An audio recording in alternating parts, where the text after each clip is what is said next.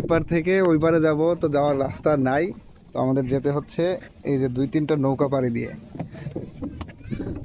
আমি নৌকাতে খুবই ইনকমফোর্টেবল, কারণ নৌকাতে তেমন ঘোরাফেরা হয়নি কখনোই।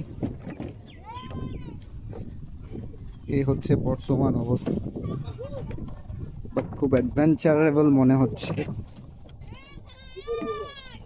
ভাবতেও অবাক লাগে এতটুকু রাস্তা নৌকা পাড়ে দিয়ে যাচ্ছি। আহ আহ আহ চলে আসছি শেষ পর্যন্ত। এটা আসলে বেয়ার গ্রিলস এর জন্য, আমাদের জন্য না। দাঁড়ান ভাই, পোকা আছে, আপনি কি পিছনে যান? কি আছে? ইবরা আছে, আপনি পিছনে যান। সমস্যা নাই, যাও তুমি, আমি যেতে পারবো। আসে না। আচ্ছা, এখানে আটকে গেছে, দেখি দীপ্ত কিভাবে পার হয়।